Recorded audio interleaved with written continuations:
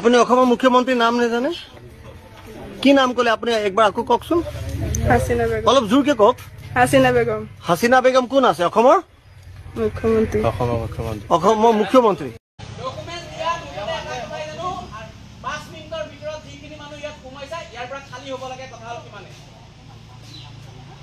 আপুনি আমাক সময় দিব নালাগে, আমি আপোনাক সময় দিছো। 5 মিনিটৰ ভিতৰত ইয়াৰ পৰা ওলাই যাব লাগে, নহলে কিন্তু আমি বিহিত ব্যৱস্থা ল'ম ইয়াৰ পৰা। আমাক সেইবিলাক একো নালাগে, 5 মিনিটৰ ভিতৰত ইয়াৰ পৰা মুঠতে ওলাব লাগে। কথা হ'ল কিমান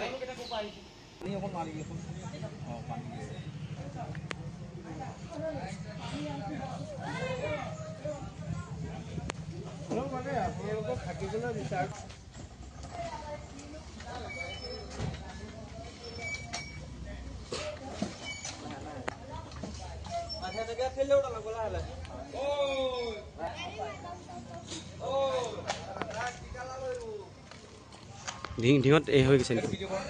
হা এনেকে মানুহ আহিছে তহঁতে? হা গোৰ্খা পিন্ধি পিন্ধি তহঁতে হেৰি কৰিবলৈ আহিছে? চাওক, এই মাদ্ৰাছা বনাবলৈ ইয়াত হেৰি কৰিছে। চাওক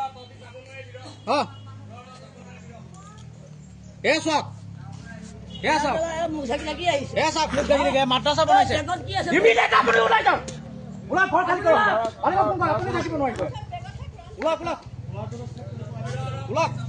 আপুনি ওলাব লাগিব। যা ওলা ইয়াৰ পৰা, 5 মিনিটৰ ভিতৰত ইয়াৰ পৰা ওলা। ইয়াত সৰু সৰু ছোৱালী লৈ, সৰু সৰু ছোৱালী তহঁতে কি কৰি পেলাইছ? হা তহঁতে কৈছ যে মাইকী ডাঙৰ মানুহ, ইয়াক সৰু সৰু ল'ৰা ছোৱালী। ঐ শুন, কিহৰ বিজনেছ তই? সৰু ছোৱালী আনি কিহৰ বিজনেছ কৰ তই? হেৰি নহয়, মই আয়ুৰ্বেদিক লৈ তই এইমাত্ৰ কলি যে ইয়াত তই আনুষ্ঠানিক কিবা ধৰ্মীয় কামত আহিছ, এতিয়া সৰু ছোৱালী লৈ পেলাই তই কি কৰিবলৈ আহিছ? সেইটো কোৱা নাই, মই আপোনাক কৈছো যে আপুনি ভিডিঅ' কৰক। মই কৈ আছো আপুনি ভিডিঅ' কৰক, মই কৈ আছো আপুনি ভিডিঅ' কৰক। মই একেটা মানুহ আনিছো, এটা গাড়ীৰ মানে অসুবিধাৰ কাৰণে মই যিটো চোৱা চিতা কৰাইছো, তেখেতে কৈছে ভুৱা তথ্য নিদিবি মুঠতে। সৰু ছোৱালী এতিয়া তই আমাৰ আগত কৈ গলি সৰু ছোৱালী তই কিহৰ কাৰণে আহিছ? পঢ়া মানুহ কোৰাণটো পঢ়ি পেলাই এটা দোৱা দৰিচ কৰিব বুলি বাংলাদেশ বনাবলৈ আহিছে। বাংলাদেশ বনাব আহিছে।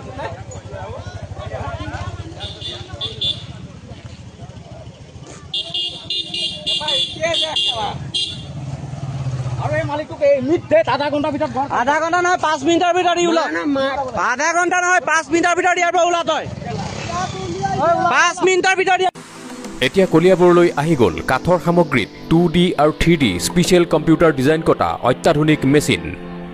কাঠৰ দৰ্জা, বিচনাৰ লগতে অন্যান্য আচবাবত ডিজাইন দিবৰ বাবে এতিয়া আৰু আপুনি যাব নালাগে তেজপুৰ অথবা নগাঁৱলৈ। কলিয়াবৰৰ হাটবৰতে আপুনি কাঠৰ সামগ্ৰীত দিব পাৰিব যিকোনো ডিজাইন। কাঠৰ সামগ্ৰীত যিকোনো ডিজাইন দিবৰ বাবে ইউনিক ফাৰ্নিচাৰ, কলিয়াবৰ হাটবৰ। যোগাযোগ কৰক 8638070388 নম্বৰত। যিমানে ডাঙৰ মানুহৰ ল'ৰা নহওক কিয়, কোনোবাই যদি পাকিস্তানৰ লগত কম্প্ৰমাইজ কৰে, আমি প্ৰত্যেকটো দিনৰ আমাক হিচাপ লাগিব। কোন ৰাস্তা দি গৈছিল, ক'ৰ পৰা উভতি আহিলে, কাৰ লগত ভাত খাইছিলে, কাৰ লগত বহিছিলে, আৰু সেই প্ৰশ্নৰ উত্তৰ হিমন্ত বিশ্ব শৰ্মাই কেনেকে উলিয়াব লাগে জানে। আৰু মই উলিয়াই 10 ছেপ্টেম্বৰৰ আগতে ৰাইজৰ আগত থিয় কৰাম। পেহেলগামৰ 27 জন নিৰীহ লোকৰ হত্যাই আমাক শিকাইছে যে ভাৰতৰ ভিতৰত যদি কোনোবা পাকিস্তানী নাথাকিলেহেঁতেন, কোনে এড্ৰেছো গম নাপালেহেঁতেন তেওঁলোক ক'ত আছে। জাগিৰোডত আহি গুলি ফুটাবৰ কাৰণে কোনোবা জাগিৰোডৰ মানুহে মোক সহায় কৰিব লাগিব নে নাই? মই যদি দিল্লীৰ পৰা আহো, জাগিৰোডত বোমা ফুটাব লাগে, জাগিৰোডৰ কোনোবাই মোক সহায় কৰিব লাগিব নে নালাগে? সেইকাৰণে পাকিস্তানীতকৈও ভাৰতৰ ভিতৰত থকা পাকিস্তানী কেইটা আটাইতকৈ বেছি ডেঞ্জাৰাছ, আৰু সিহঁতক আমি কেতিয়াও ক্ষমা কৰিব নোৱাৰো। যে পাকিস্তান জিন্দাবাদ এইবিলাক গ'ল, অসমত বিজেপিৰ চৰকাৰ আছে, ঠেং ভাঙিম যদি কোনোবাই পাকিস্তানৰ জিন্দাবাদ দিয়ে। आसाम में आपने जैसे बताया कि 15-20 लाख उड़िया लोग रहते हैं और ऐसा सुनने को मिल रहा है आप वहाँ पर काफ़ी सारे जगन्नाथ मंदिर बना रहे हैं।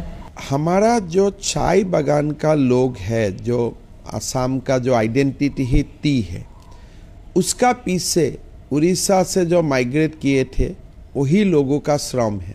हमारा चाय बागान में और चाय बागान से अभी जो काम नहीं करते थे पहले करता थे, उड़िया मूल का लोग हमारा वहाँ में 15 लाख to 20 लाख से लोग उड़िया बोलते हैं और जगन्नाथ को भक्ति करते हैं और उड़िया संस्कृति को हमारा चाय बागान में जिंदा रखते हैं।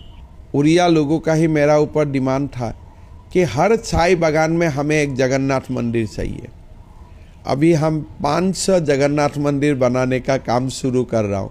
जगन्नाथ के लिए अपार भक्ति है असम में। आसाम उड़ीसा का रिलेशन काफी पुराना है, गवर्नर भी यहीं से थे जो असम का जो टॉप लिटरेरी आइकॉन है लक्ष्मीनाथ बेजबरुआ जी, उनका पूरा जीवन संबलपुर में ही उन्होंने बिताया था।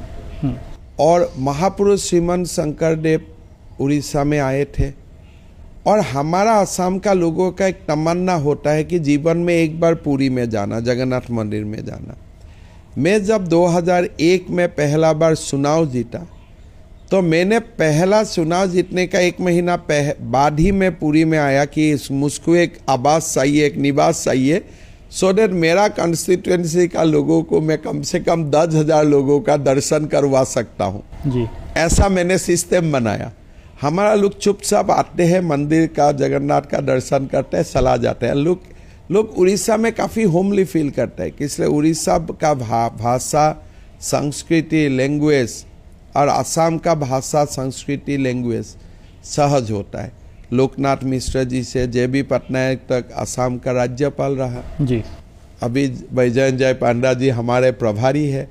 तो उड़ीसा और असम, जैसे आप चाय में शक्कर डाल दीजिए एक ही हो जाता है 2 मिनट में जी। ऐसा ही उड़ीसा और असम का जनता का एक सह संपर्क है। मैं जैसे आपको बात कर रहा हूँ, अगर मैं ये असमिया में बात करता हूँ तो आपको मैं डिस्टिंग्विश नहीं कर पाऊंगा, you are from Orissa, I am from Assam ji. अभी अगर हम लोग म्यूट कर देता हूँ और असम में वीडियो दिखा देता हूँ, लोगों को लगेगा कि 2 असमिया लोग ही बैठ के बात कर रहे हैं जी। हमारा खाना पीना, ड्रेस, सारे आइल से 99.9% सिमिलर है।